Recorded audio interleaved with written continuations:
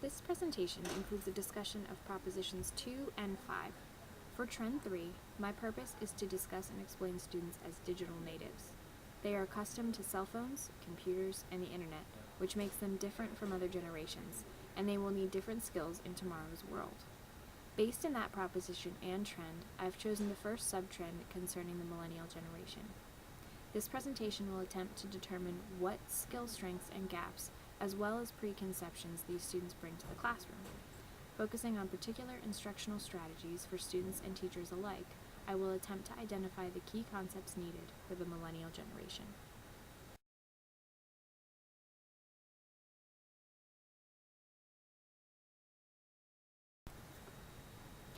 Often being categorized for being born between the 1980s and today, the millennial generation is known for its love of technology, its social networking, collaboration, innovation, and primarily idealism that comes from their baby boomer parents. Susan Amiguli, in her article Millennials Leading the Charge for Change, describes the millennial generation while also discussing their educational achievement, employment strategies, and the future of this generation. In her efforts to deconstruct the personality and learning styles of the millennial student, Susan Amiguli references Strauss and Ho's list of millennial traits. These traits range from special, sheltered, confident, team-oriented, conventional, pressured, and achieving. These traits are an excellent measurement of who the millennial student is and how we as educators can engage their methods of learning that will enable them to gain full academic achievement. In terms of educating the millennial, in many cases, we see that the millennial student describes the learning process as being boring, sensing that they have a lack of engagement, they didn't like their teachers, their class has no value, and Amiguli describes these methodologies and strategies for students as ways to kind of engage that lack of engagement or boredom for the millennial student.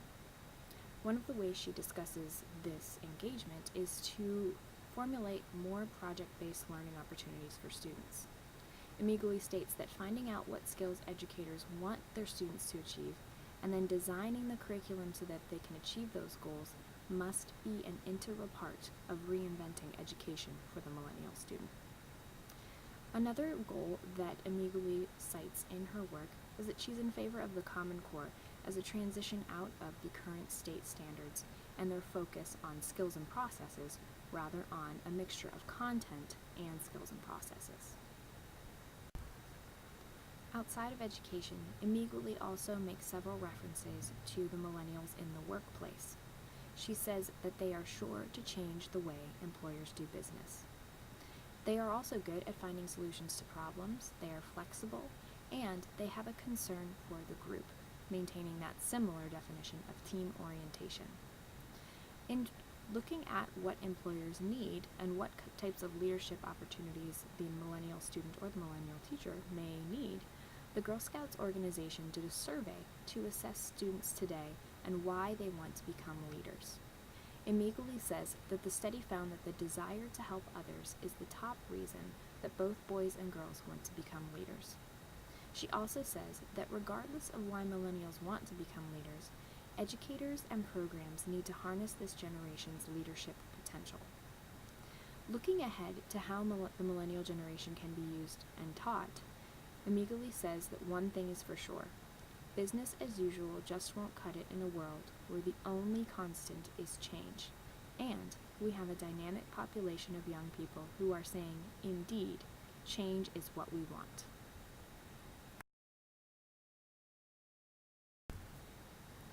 Utilizing one of the basic definitions of the millennial generation, Martin Nykirk, in his article Teaching Millennial Students, refers to the millennial generation as the digital native, focusing on that portion particularly.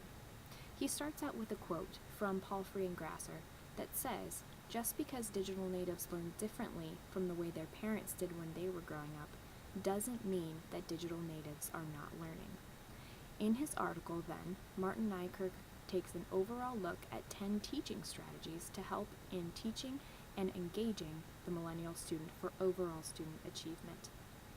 His teaching strategies include showing graphics first, starting with the end in mind, starting with concrete concepts and then moving to the abstract, integrating technology into your teaching behavior appropriate to business and industry situations, transitioning from a teacher-centered classroom to a learner-centered classroom, transitioning from group work to teamwork, noting the difference between groups and teams for the millennial generation, fostering a learning environment in which creativity and independent thinking are valued, engaging learners by adding interactive content, and engaging students as the teacher, having them have the opportunity to be project leaders, technical support, and mega brains.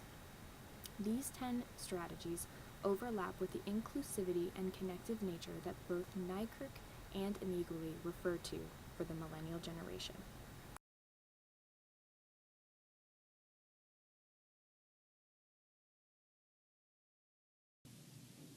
So Rob, I was reading this article by Susan Imiguli, and she cites 7 traits describing the millennial generation: being special, sheltered, confident, team-oriented, conventional, pressured, and achieving. So how does being a member of the millennial generation, Rob, affect your teaching or others' teaching? Are you going to stop whenever you're ready? Okay. Well, I can only relate these things to my experience teaching here at PA Cyber. And I think one of the things that really gets me is talking about when students come to you after a deadline of an assignment, or if they didn't complete assignments for a couple weeks and somehow got behind, they kind of come to you with this sense of entitlement. I think that's where it comes from is, I didn't do this work, but I'm entitled to turn it in because I'm a student. Or they may have 6 or 7 different reasons as to why, maybe a tech issue, or they were sick, or we hear them all the time. And I think this affects my teaching because you kind of have to make that decision as a teacher. Am I going to accept this work and kind of let the student walk through? Or is it time for them to learn a hard lesson and say, I do have accountability for my work and I have a responsibility to be a student and turn in my assignments. So I think a lot of times you kind of got to walk that fine line between, and one thing in this list is confidence. If you just tell a student, no, I'm not accepting any of your assignments, you might destroy their confidence and they don't want to turn anything in, and then that's a whole other battle. So I think sometimes you have to think, what can I do for this student, and at the same time have them learn a little bit of a life lesson as to being responsible for their work. So that's kind of the way I can kind of look at that. So we talked a little bit about millennial students, but Rob, you're also part of the millennial generation yourself. So where do you see your personal teaching as reflected in these 7 traits?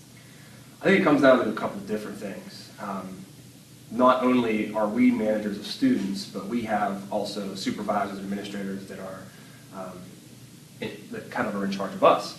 So I think that at the same time, when I go to my supervisor and say, hey, I didn't do this because I was sick and they needed it last week and I didn't finish it till this week, they kind of are faced with the same type of decisions.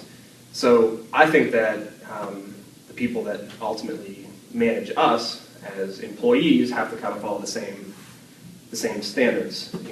Don't want to shatter Rob's confidence because he didn't finish his lesson plan on time, because that might destroy him feeling like he needs to get these things done the right way. I think back to one of the biggest lessons I learned in life that had the biggest impact on me today are ones that, just like I described in the last question, sometimes learning those tough love kind of lessons is back to an old basketball coach I had who just always just was on me about everything.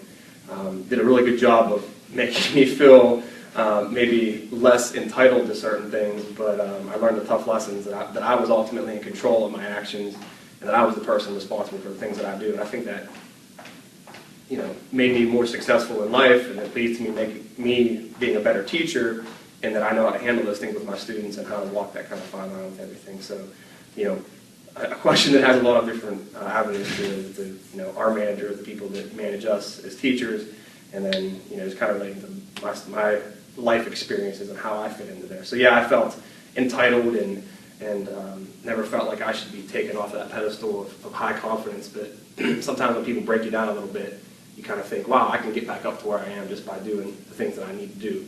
So that kind of builds your own self-confidence rather than someone else building it for you.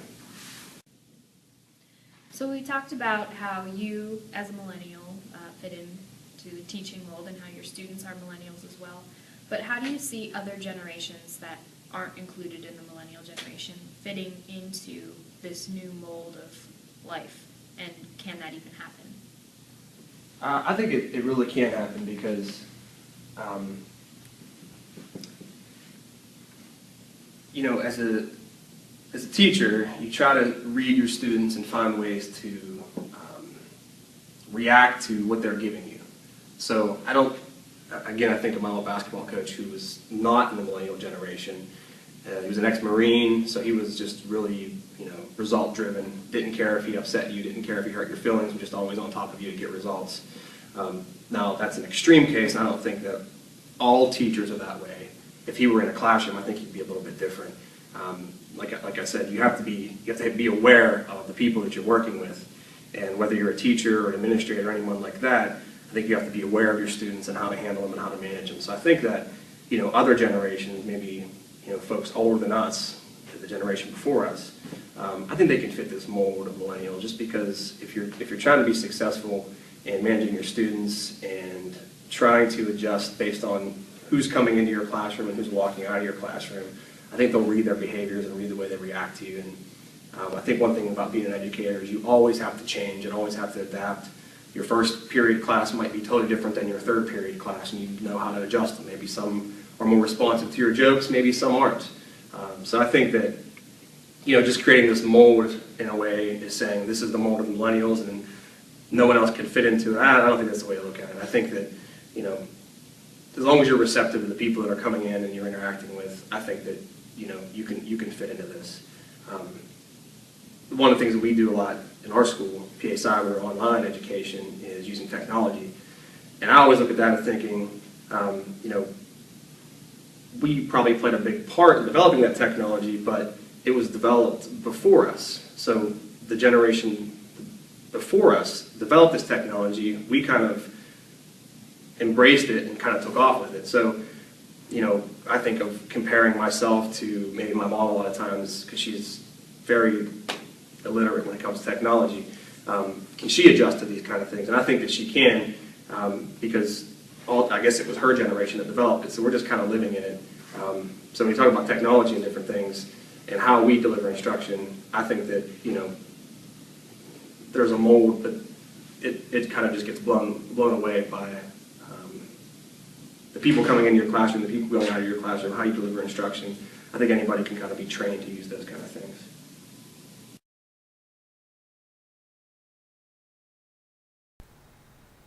In order to address the needs of the millennial generation and my own teaching as a millennial, one of my primary goals will be to implement more innovative teaching strategies that utilize collaborative technologies. Understanding who the millennial student is means understanding the interconnectedness of technology and its beneficial effect on student motivation. Utilizing structures like group activities in class, perhaps at the beginning of class to get them geared up, could be a way to foster greater community among students, as well as engage their connectedness through academics.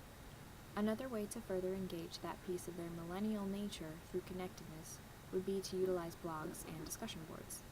These kinds of discussion boards or blog assignments would fit into their team-oriented nature, as well as focus on their abilities to work towards a shared vision, all while utilizing new and innovative technologies.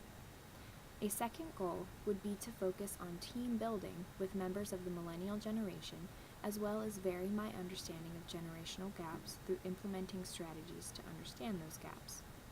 At our school, we have many different generations teaching our student population.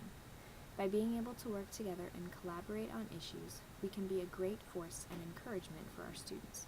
However, that means we need to connect and understand each other past generational gaps.